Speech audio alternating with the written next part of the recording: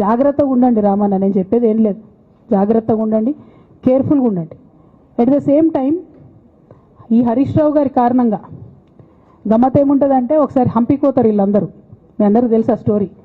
హంపీకి పోయి పాటలు పాడుకుంటారు, మొత్తము చాలా మంది కలిసి కేసీఆర్ గారిని చాలా అవమానకరంగా మాట్లాడతారు, ఒక పార్టీని వెన్నుపోటు కొడదామని డిజైన్ చేశారు. ఇదంతా వీరికి తెలుసు, హరీష్ రావు గారికి తెలుసు.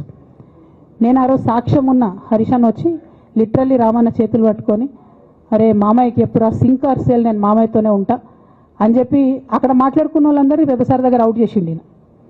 ఆ తర్వాత పర్యవసానంలో ఈటల రాజేంద్ర అన్న బయటికి వెళ్ళడం.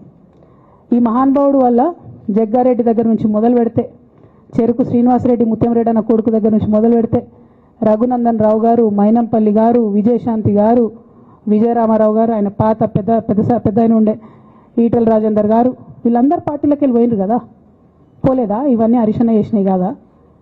ఆనాడు దుబ్బాక ఉప ఎన్నిక ఎందుకు ఓడిపోయినాం? దుబ్బాక ప్రజలకు ఇప్పటికి కూడా గుర్తుంటుంది.